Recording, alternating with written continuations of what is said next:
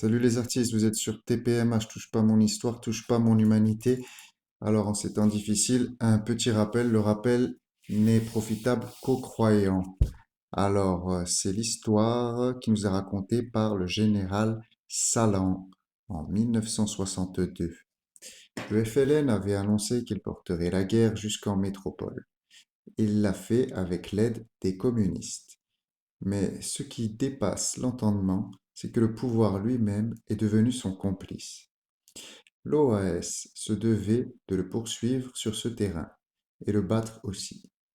Certes, l'alliance FLN communiste, tolérée et bénie par l'État gaulliste, rend la trahison puissante. Mais nous saurons trouver les forces pour lui barrer la route en métropole comme en Algérie. Une seule condition est nécessaire, l'union de tous les patriotes. Tout particularisme, toute dissidence dans nos rangs est une perte d'énergie cruellement ressentie et une arme tendue à l'ennemi, qui recherche avant tout à nous diviser. Aujourd'hui, tout ce que le pays recèle de courage et de patriotisme éclairé doit se retrouver dans les rangs de l'OAS, chaque jour plus puissante et efficace. Notre enthousiasme dynamique au service d'un idéal généreux dans la tradition de la France finira par entraîner les indifférents et les timorés et confondra les traîtres. La province Algérie-Sahara conservée, l'intégrité du territoire maintenue, c'est là l'objectif pour lequel nous devons concentrer tous nos moyens, toutes nos pensées. La France redeviendra elle-même dans ce combat purificateur, et son génie lui dictera alors les sages mesures qui lui rendront sa vraie grandeur. La seule ambition de l'OAS est d'empêcher par tous les moyens que le pays ne sombre dans la trahison. Nous avons déjà obtenu des résultats tangibles. La désagrégation de l'État renégat se précise chaque jour un peu plus.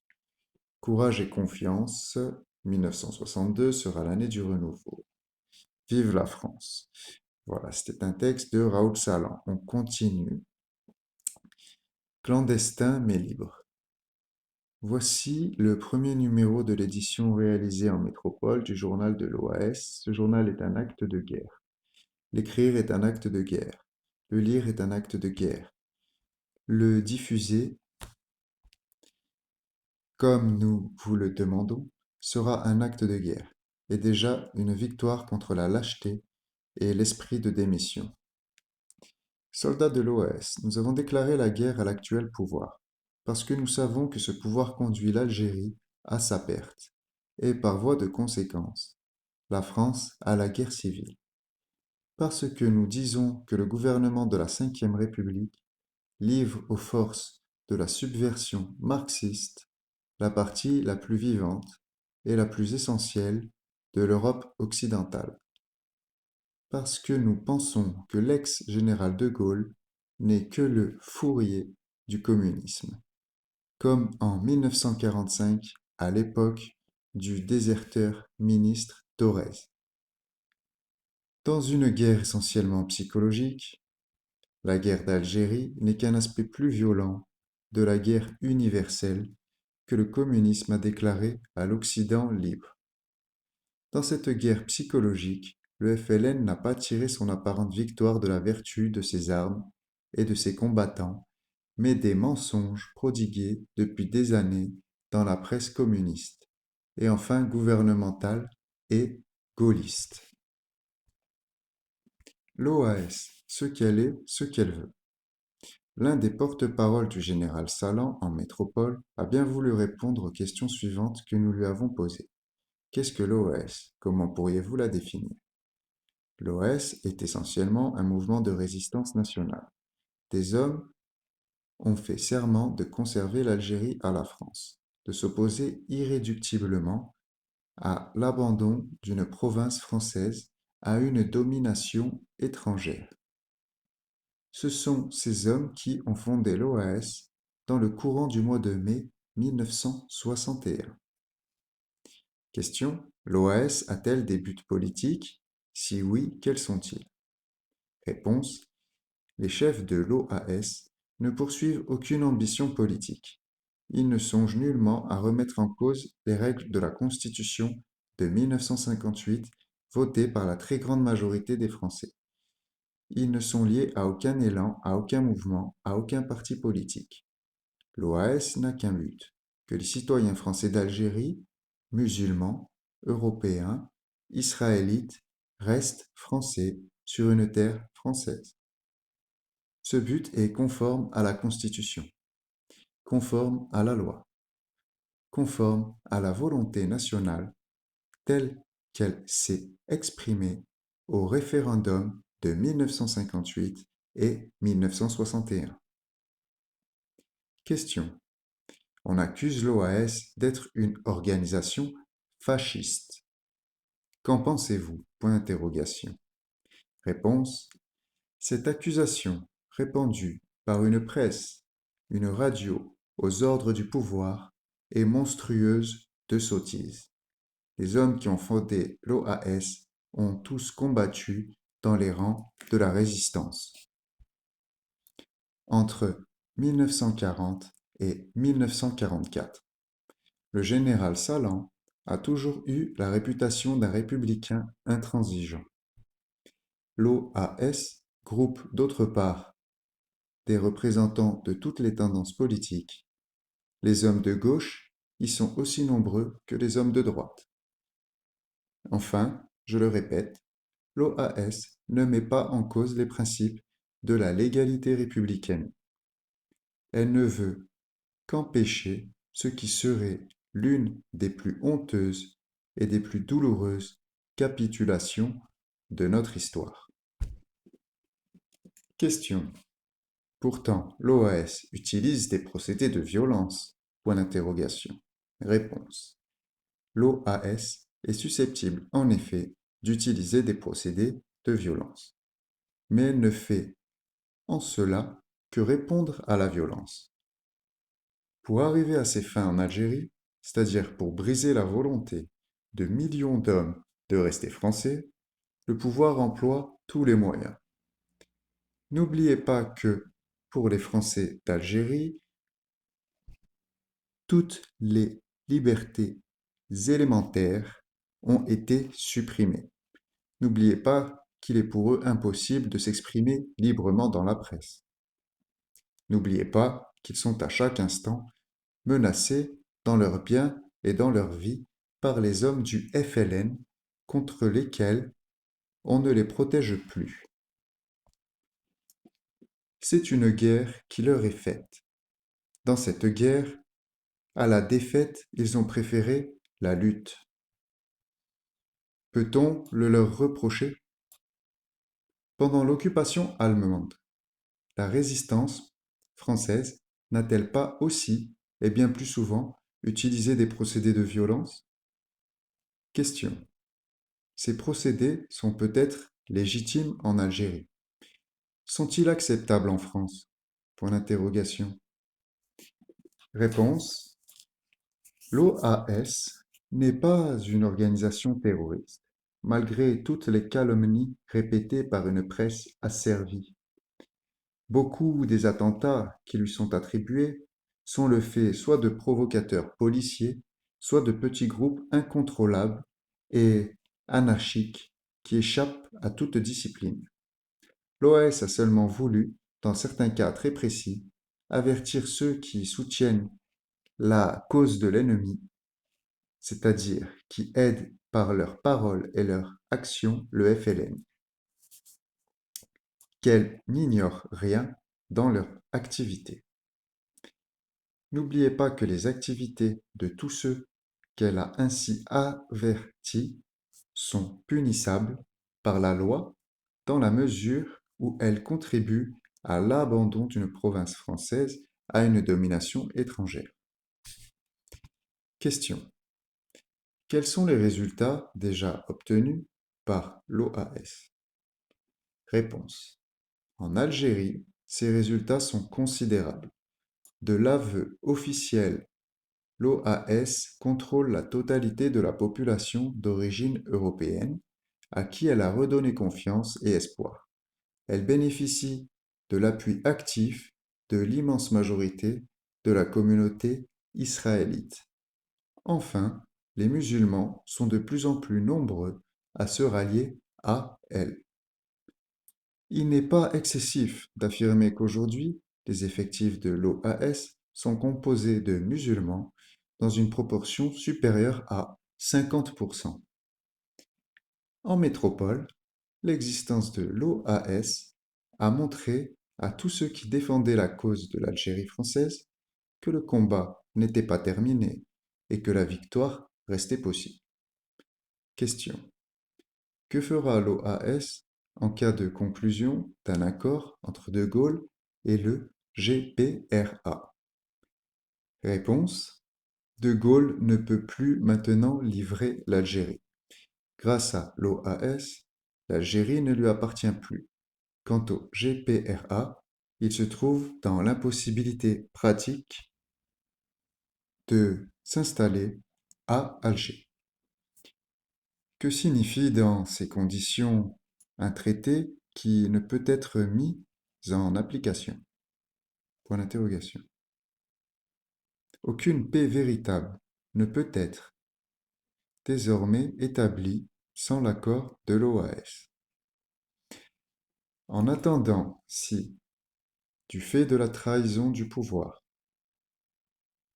les bandes du FLN reçoivent la possibilité de déferler vers Alger, l'OAS se battra pour lui barrer la route. Bénéficiant de l'appui de la majorité de la population d'Algérie, elle a toutes les chances de remporter la victoire et de ramener la paix française sur la terre algérienne. Question. Mais qu'entendez-vous par la paix française en Algérie? L'OAS ne tente-t-elle pas de ramener l'Algérie à son passé colonial? Réponse. Encore une autre calomnie. La plus bête de toutes. L'OAS ne défend pas les privilèges d'une partie quelconque de la population algérienne. L'Algérie qu'elle veut aider à construire est une Algérie fraternelle et égalitaire. Tous devront y avoir les mêmes droits et les mêmes devoirs. À tous devront être réservées les mêmes chances de promotion et de progrès. L'Algérie de demain, telle que nous la voulons, sera un immense chantier où, remis dans une même foi, les fils de toutes les communautés lutteront en commun contre la misère et le sous-développement. Question. Quel sens général donnez-vous au combat de l'OAS? Réponse. Le combat que mène l'OAS a une très évidente signification. L'OAS s'oppose à ce que 10 millions d'hommes, citoyens français, soient livrés délibérément à la misère, à la répression, à l'oppression. Elle lutte pour la dignité, la liberté de ces hommes. Mais n'est-ce pas ainsi l'honneur, la dignité et la liberté de tous les Français qu'elle défend dans le présent et pour l'avenir? Et voilà, c'était le général Salan et son porte-parole. Tout de suite, un nouvel article intitulé Ces princes qui nous gouvernent. Après avoir marchandé au rabais l'honneur de l'armée, réduit Debrex-Chantre de l'Algérie française au rôle de séminariste halluciné, le chef de l'État, qui n'est plus que l'ombre d'une république, a donné l'ordre de supprimer, avant le 15 février, le seul obstacle l'empêchant de livrer l'Algérie au FLN. Deux points.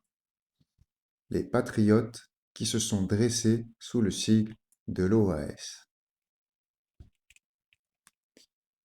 Ce gouvernement nous avait assuré sur l'honneur que jamais il ne traiterait avec le FLN. Ce même gouvernement, avec des moyens financiers considérables, utilisant des procédés extra-légaux, mobilise, après les avoir sortis de leur naphtaline ou de prison, les héros destinés à permettre au FLN de s'installer en Algérie. Le moment est venu d'informer le peuple de France en lui révélant les noms des hommes et des organisations qui ont fait d'officiers honorables des délateurs et des sicaires, confier des cabinets de torture à des gendarmes et qui, dans leur folie criminelle, n'ont plus rien à envier à leurs sinistres prédécesseurs de la dernière guerre. Citons Boni, Lafont, Déat.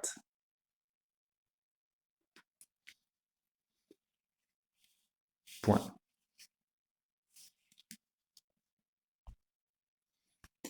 Décortiquons maintenant les différentes instances et leurs acteurs. Présidence de la République. Monsieur Faucard, de son vrai nom Coche Jacques Guillaume Louis Marie, né le 31 août 1913 à Ambière-le-Grand, en Mayenne, a changé de nom successivement par addition, puis par substitution. Décret du 17 juin 1952, publié au Journal officiel de ce jour. Page 6. Ce réseau de qualité supérieure est constitué d'industriels et d'anciens agents de la France libre, financés par les fonds secrets et par l'associé de M. Faucard, M. Desmichel. Il groupe plusieurs femmes et des agents très habiles du STEC qui caviardent les organismes nationalistes réputés sains. Point. La présidence du Conseil. Monsieur Melnik, arriviste brillant et subtil russe d'origine, qui, avec son ami ex-cagoulard, le colonel Fourcault, organise pour jeter le discrédit sur l'OAS des séries de plastiquages de concierges et a littéralement téléguidé Villemandie. Point. Ministère de l'Intérieur. Monsieur Sanguinetti, grand mutilé de l'île d'Elbe, héros et truand authentique, malgré 3 faillites et quelques chèques sans provision, ce spécialiste de la carambouille règne sur l'appareil judiciaire et administratif du ministère le plus légal de France. Vient de comparaître le 3 décembre devant le tribunal correctionnel pour répondre d'émission de chèques sans provision, faux, usage de faux, escroquerie. Connu et apprécié du milieu sous le pseudonyme de Jambe de laine. Il tient sous sa botte deux fonctionnaires distingués de la police, les commissaires Clotte et Lefebvre. Ce dernier, depuis son retour d'Alger, change de domicile 3 fois par semaine. Très connu à Marseille, M. Sanguinetti a pour amis et correspondants dans cette cité les frères Guérini. Souteneurs sérieux ayant fait fortune, qui détiennent le monopole de la drogue en France et assurent, entre autres, la protection personnelle de Gaston Defferre. Point. Ministère de la Guerre. Monsieur Mesmer, ex-administrateur des colonies, ex-officier de la Légion, membre du Parti socialiste, SFLO, ex-directeur de cabinet du haut-commissaire, Monsieur Bollard. Fortune personnelle considérable, dont l'origine coïncide avec des fonctions directorielles en Indochine et se situe en 47-48. À cette époque, M. Mesmer avait autorisé l'ouverture à Saigon du tripot le plus important qui ait jamais fonctionné en Extrême-Orient et qui comprenait 400 tables de jeu et 6 maisons closes. Un consortium de Chinois d'origine cantonaise avec lequel M. Mesmer traite de gré à gré, lui verse en zone sterling à la Hong Kong Opération, à la Hong Kong Shanghai Bank, une somme équivalente à 40 millions d'anciens francs. Le clearing de cette opération fut réalisé par un intermédiaire trafiquant bien connu d'Interpol, Monsieur Rossely. Cette opération fut le début d'une série d'autres, dont le vol du Bouddha d'or, qui compromit Mademoiselle et Monsieur Bollard, qui ne fut Monsieur Rossely, ex-capitaine, parachutiste du BCRA, chevalier de la Légion d'honneur, se mit en 1946 au service de M. Franchini, dont il devint vite l'homme de confiance. M. Franchini, escroc au mariage, directeur du Grand Hôtel Continental, collaborateur des Japonais, était le patron du gang qui contrôlait le trafic des stupéfiants sur tout le territoire de l'Indochine. M. Rossely sous-traite pour lui, toujours avec M. Mesmer. L'ouverture d'un casino de jeux de super luxe qui introduisit pour la première fois à Saigon le baccarat, la roulette, le chemin de fer et quelques autres jeux de société du même style, qui contribuèrent hautement à maintenir le prestige de la France au Vietnam. Après avoir réussi le sabotage des avions d'Air France écrasés à Bahreïn, pour liquider le directeur de l'Office d'échange qui rentrait à Paris avec un rapport dénonçant le gang du trafic des piastres, Monsieur Rosselli passa au trafic d'armes. Il affrète un paquebot battant pavillon panaméen qui assura, par le golfe du Siam, le ravitaillement du Viet Minh en Bangalore. Pince à couper les barbelés, bazookas et grenades. Ce trafic continua même après les accords de Genève.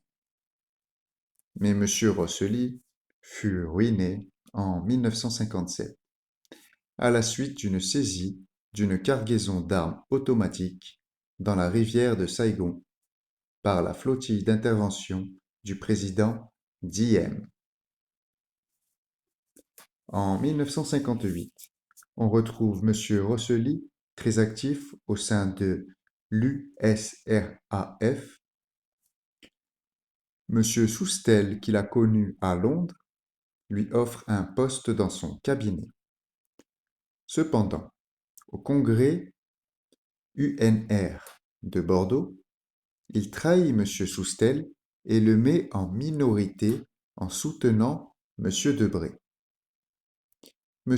Rosselli est maintenant chargé de mission au cabinet de M. Mesmer.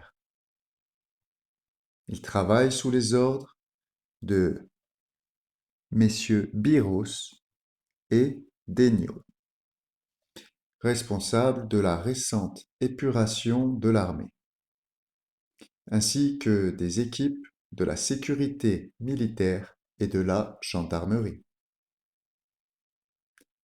Le général Février et le ministre-colonel de Brosse complètent cette articulation inter-armes spécialisée dans la délation, la torture et le contre-plastiquage. La notoriété du colonel de Brosse a pour origine un fait curieux.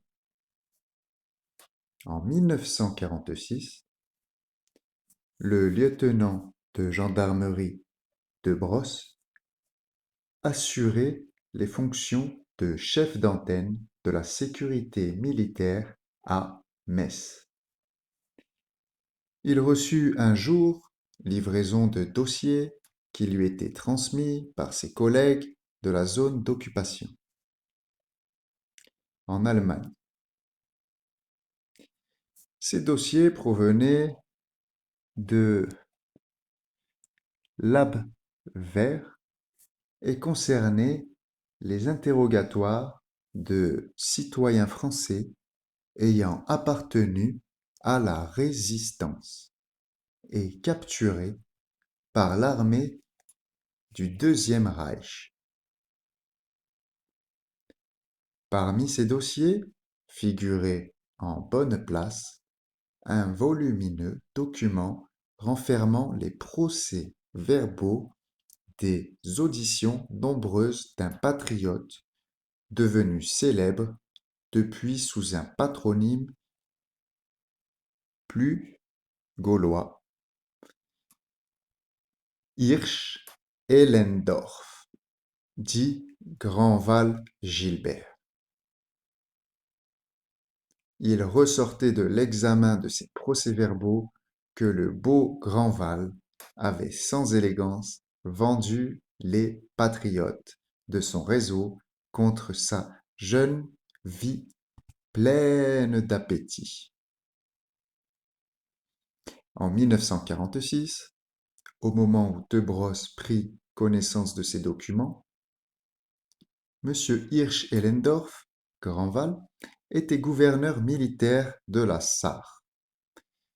Debrosse trouva plus avantageux pour son avenir de lui expédier ce dossier compromettant avec une lettre émouvante d'allégeance.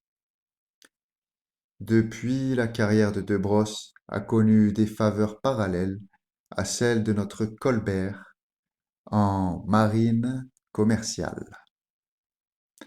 Debrosse n'a oublié qu'une chose, c'est qu'il existe un double de ce dossier au SDEC. Point. Préfecture de police. Monsieur Fernet, directeur de la PJ, qui a pour adjoint le commissaire Bouvier. Monsieur Fernet est un théoricien de la police judiciaire, glacé, implacable. Policier de haute volée, il possède une connaissance aiguë de tout le milieu parisien et des écoutes sonores.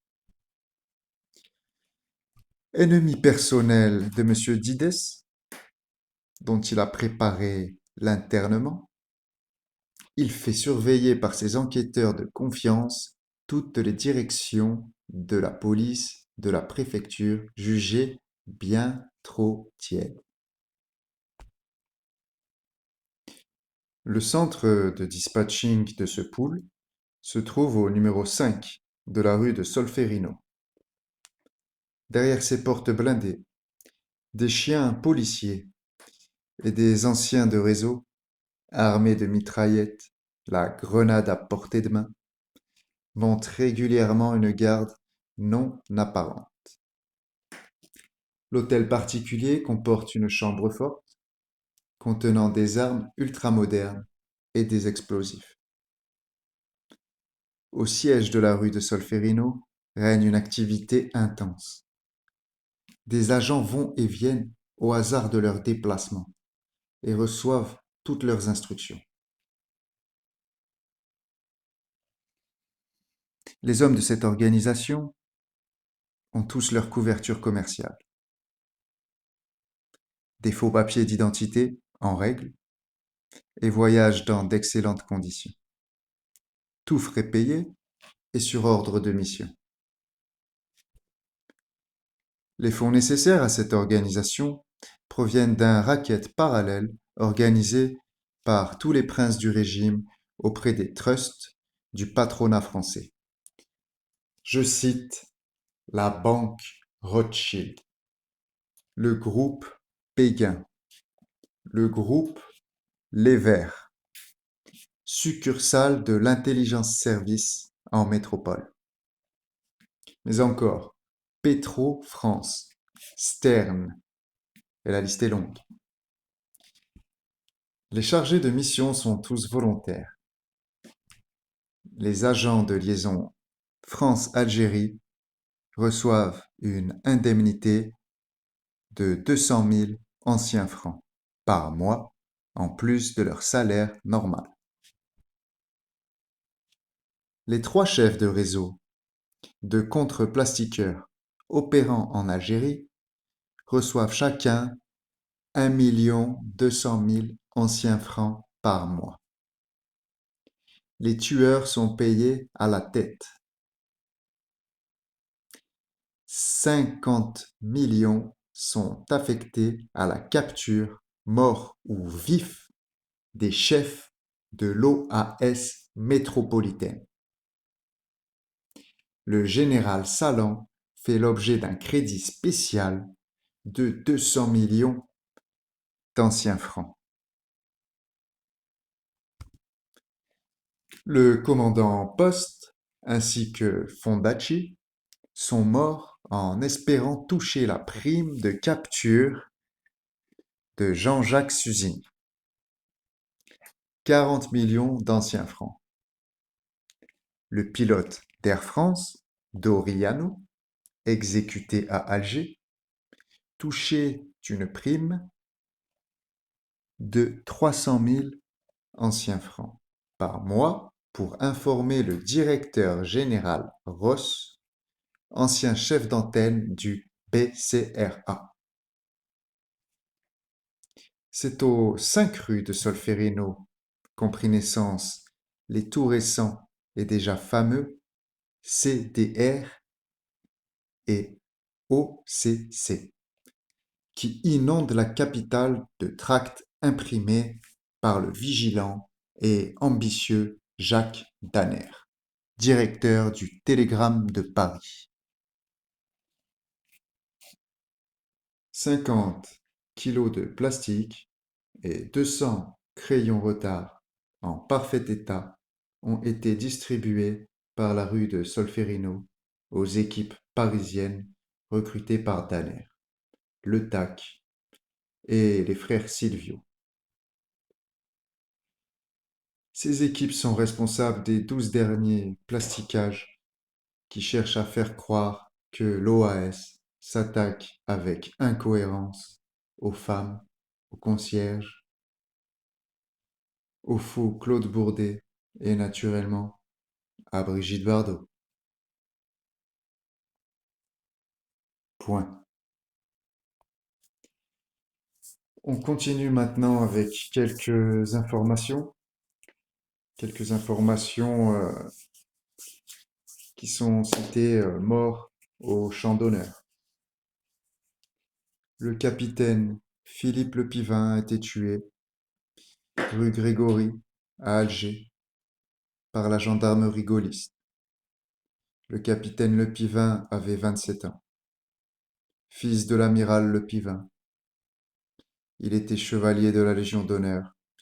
Il était décoré de la Croix de guerre, TOE, de la Croix de la valeur militaire.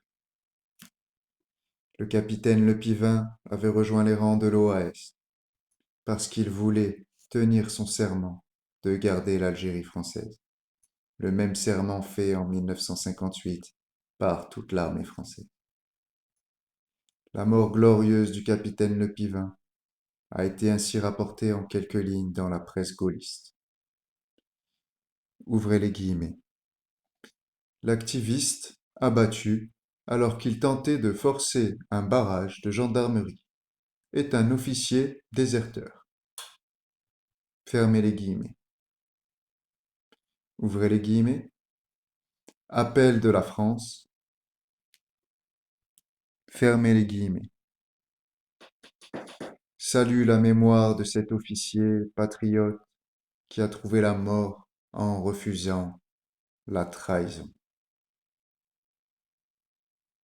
Le général Ayret se trouvait dans les bureaux de l'état-major de l'armée lorsque est venu lui annoncer la mort du capitaine Le Pivin.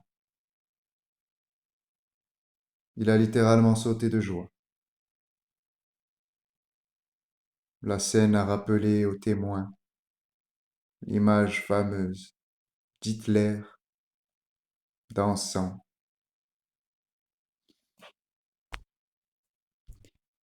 La gigue à Berchtesgaden à l'annonce du succès de la campagne de France. Voilà, point. Maintenant, le plan gaulliste de rapatriement. Le plan prévoit un premier train de rapatriés de 40 000 personnes, dont 60% de fonctionnaires et retraités, et 25% de salariés. Les fonctionnaires étant mutés d'office et les retraités ne pouvant percevoir leur retraite qu'en métropole. Ce premier résultat aurait pour but de supprimer les cadres administratifs européens et de les remplacer par des cadres musulmans agréés par le FLN. Le pouvoir gaulliste estime que le départ de 25% de salariés rendra la vie très difficile à ceux qui resteront et que cela porterait un tel coup à l'économie de l'Algérie que l'exode se poursuivra. Le plan en question croit pouvoir supprimer les résistances européennes. Il est vicié à la base dans la nature, où il se dit plan de rapatriement. Rapatrier, c'est ramener dans la patrie. Or, on ne peut ramener dans la patrie ce qui est déjà dans la patrie.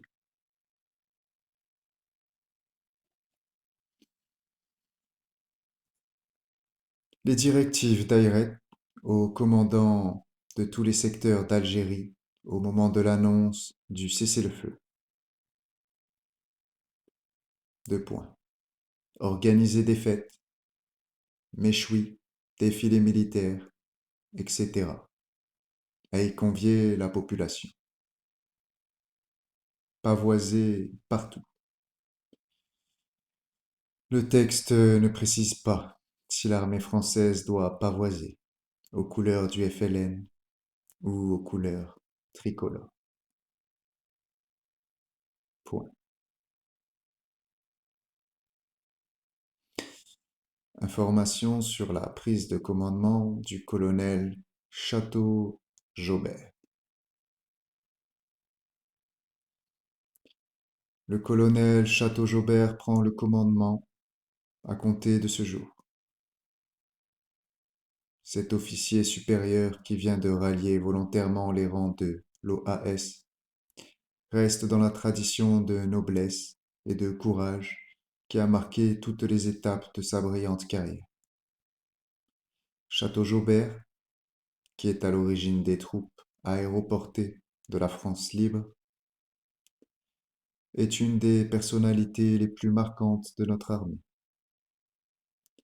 La décision qu'il vient de prendre aura un très profond retentissement parmi les parachutistes et aussi sur l'ensemble de l'armée. Point. Signé le général Raoul Salan.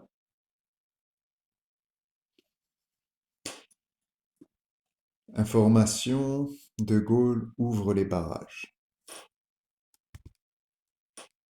Le problème pour De Gaulle est d'installer le FLN dans une Algérie que l'ALN, pour cause de disparition progressive et de non-obéissance à l'organisation extérieure de la rébellion, que la LN ne contrôle pas. Les seuls vrais soutiens militaires de la politique FLN gaulliste étant les 25 000 hommes de la LN stationnés de l'autre côté des frontières tunisiennes et marocaines. Le pouvoir gaulliste a donné ordre aux sapeurs qui lui sont restés fidèles de déminer les barrages. Opération de longue haleine qui est en cours d'exécution. Ceci est évidemment une conséquence immédiate des accords concernant le cessez-le-feu.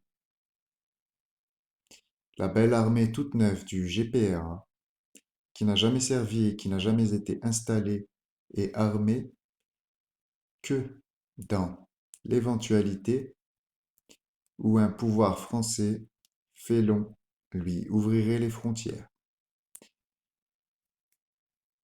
pourrait ainsi théoriquement prendre livraison de l'Algérie.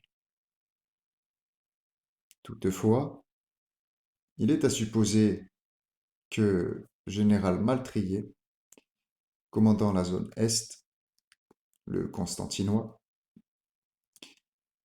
même s'il montre beaucoup de bonne volonté, ne pourra pas si facilement laisser les voleurs entrer dans la maison. Point. Information, De Gaulle abandonne les postes. Dans le bled où, selon la presse aux ordres, tout est calme, on assiste à des scènes déchirantes parce que l'armée française ne tient pas ses promesses de 1958 et abandonne aux égorgeurs du FLN les musulmans qu'elle avait engagés à ses côtés. Voici l'exemple de la zone sud algérois et le nombre des postes qui ont été livrés à l'ennemi ou aux troupes combattantes de l'OAS.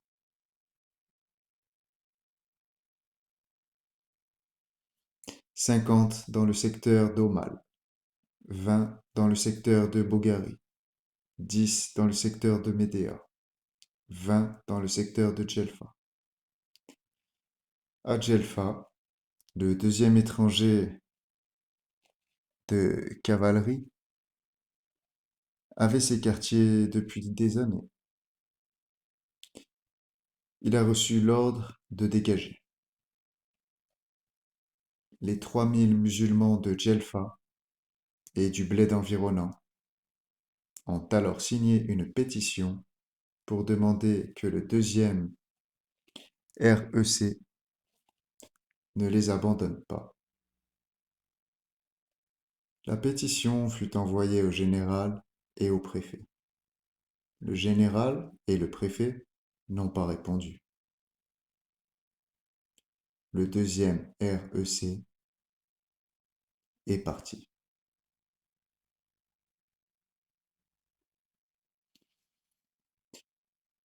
À la diffusion allemande, le capitaine-sergent, chef d'état-major de l'OAS en France métropolitaine, interrogé sur les buts de l'organisation, a déclaré,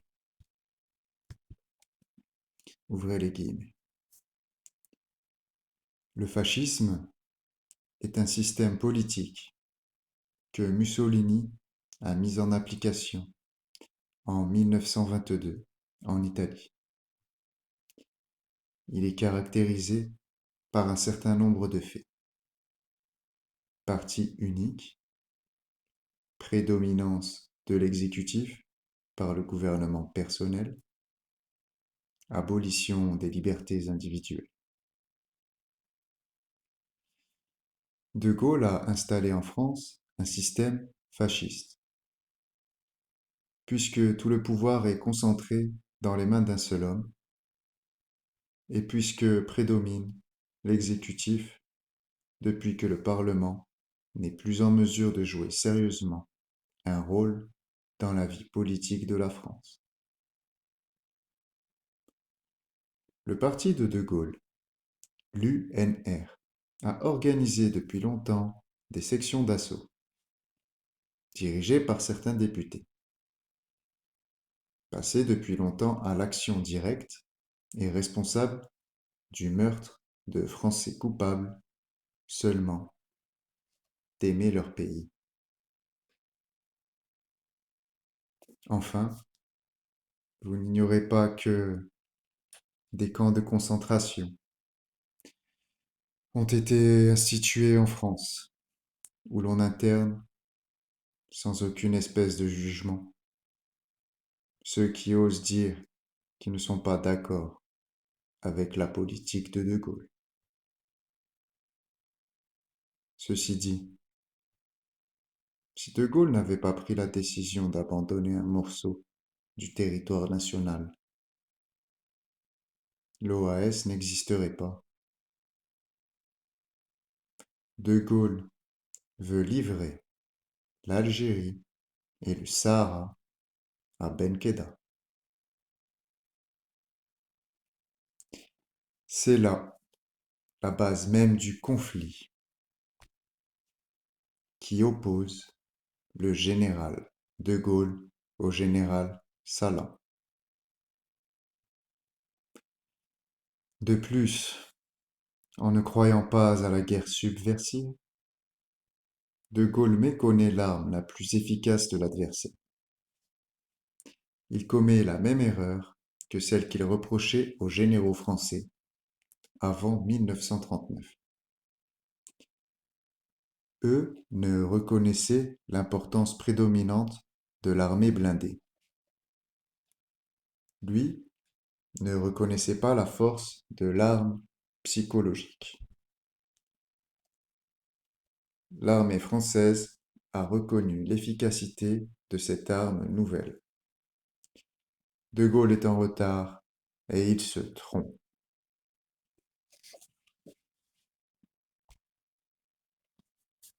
Tout de suite, information Dossier confidentiel.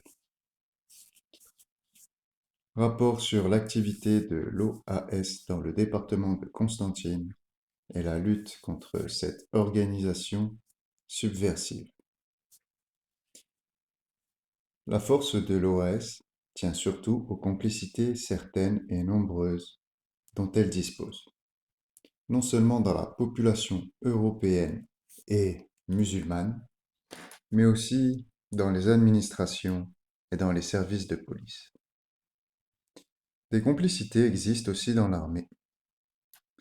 On doit considérer qu'à Constantine, 60% de la population, de la police urbaine est contaminée. La proportion est au moins aussi forte en police judiciaire et encore supérieure aux renseignements généraux. Les policiers non liés de près ou de loin à l'OAS ou au FLN se sentent non seulement isolés, mais menacés. Quelques suggestions à l'attention de l'autorité supérieure. Il faut que l'armée agisse et qu'elle agisse vite. Pour cela, on peut, à plus d'un titre, souhaiter que ce soit l'autorité militaire qui, de nouveau pour un temps donné, soit partout investie des pouvoirs de police et ainsi mise devant toutes les responsabilités du maintien de l'ordre. Si cependant cette décision ne pouvait être prise, il conviendrait que, dès à présent, des officiers prennent la tête d'organismes spécialisés de lutte contre la subversion d'où qu'elles viennent. Si, en définitive, ces formules ne pouvaient trouver une application extrêmement rapide, il appartiendrait alors à l'autorité supérieure de tirer toutes les conséquences de l'impossibilité pratique dans laquelle se trouveraient définitivement les serviteurs disciplinés de l'État de poursuivre utilement leur mission. Que pense Monsieur Tomasi, nouvel imam de Constantine, de ce rapport de son prédécesseur? IGAM, excusez-moi, IGAM, inspecteur général de l'administration.